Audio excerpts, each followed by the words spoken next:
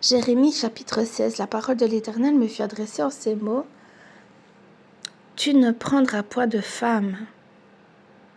Tu n'auras pas dans ce lieu ni fils ni fille, car ainsi parle l'Éternel sur les fils et les filles qui naîtront à ce lieu, sur leurs mères qui les auront enfantés et sur leurs pères qui les auront engendrés dans ce pays.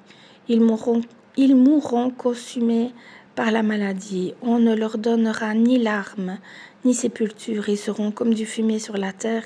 Ils périront par l'épée, par la famine, et leurs cadavres serviront de pâture aux oiseaux du ciel et aux bêtes de la terre.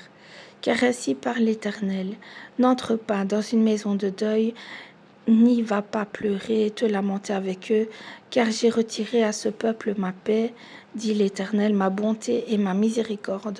Grands et petits mourront dans ce pays, on ne leur donnera point de sépulture, on ne les pleurera point, on ne se fera point d'incision, et l'on ne se rasera pas pour eux. On ne rompra pas le pain dans le deuil pour consoler quelqu'un au sujet d'un mort, et l'on n'offrira pas la coupe de consolation pour un père ou pour une mère. N'entre pas non plus dans une maison de festin pour t'asseoir avec eux, pour manger et pour boire, car ainsi parle l'Éternel des armées, le Dieu d'Israël.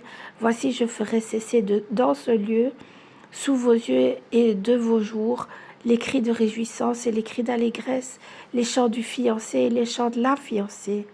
Lorsque tu annonceras à ce peuple toutes ces choses, ils te diront, pourquoi l'Éternel nous menace-t-il de tous ces grands malheurs? Quelle est notre iniquité? Quel péché avons-nous commis contre l'Éternel notre Dieu? Alors tu leur répondras, vos pères m'ont abandonné, dit l'Éternel. Ils sont allés après d'autres dieux, ils les ont servis et se sont prosternés devant eux. Ils m'ont abandonné, ils n'ont pas observé ma loi, et vous avez fait le mal, plus encore que vos pères. Et voici, vous suivez chacun les penchants de votre mauvais cœur pour ne point m'écouter. Je vous transporterai de ce pays dans un pays que vous n'avez point connu, ni vous ni vos pères, et là vous servirez les autres dieux jour et nuit, car je ne vous accorderai point de grâce. C'est pourquoi voici les jours viennent, dit l'Éternel, où l'on ne dira plus l'Éternel est vivant, lui qui a fait monter du pays d'Égypte les enfants d'Israël. Mais on dira l'Éternel est vivant, lui qui a fait monter les enfants d'Israël du pays du septentrion et de tous les pays où il les avait chassés. Je les ramènerai dans leur pays que j'avais donné à leur père.